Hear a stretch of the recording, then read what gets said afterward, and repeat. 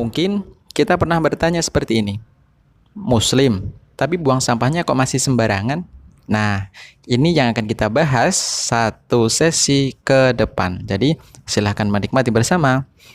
Oke, saya akan menceritakan sedikit.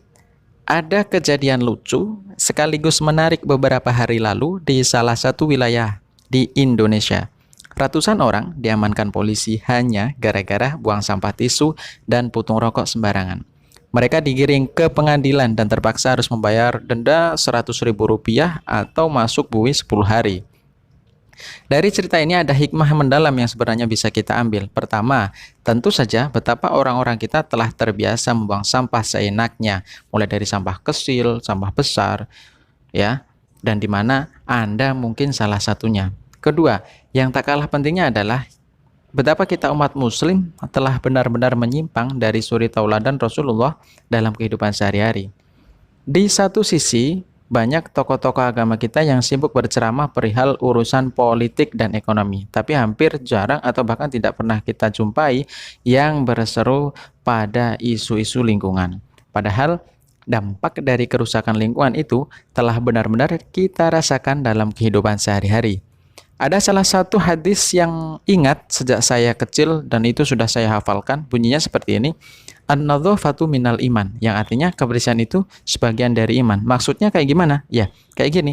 Tidak sempurna iman seseorang apabila ia tidak menjaga kebersihan dirinya ataupun kebersihan lingkungannya.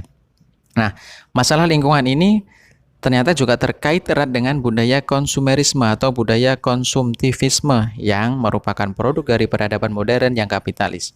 Dengan berbagai kerusakan yang ditimbulkannya mulai dari kerusakan krisis kemanusiaan dan juga krisis lingkungan.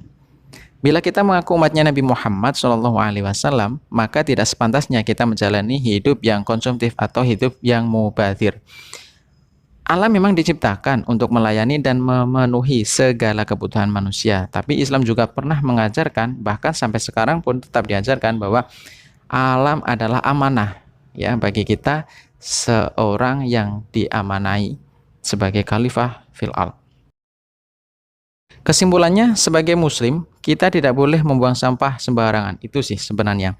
Karena bukan hanya mengotori lingkungan, tapi juga membahayakan keselamatan dan kesehatan orang pun organisme-organisme lainnya yang ada di muka bumi.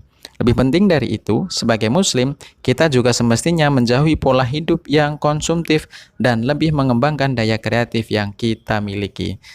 Sebab walau alam diciptakan untuk manusia, namun itu bukan alasan bagi kita untuk memerkosanya demi keuntungan ekonomis dan politis semata.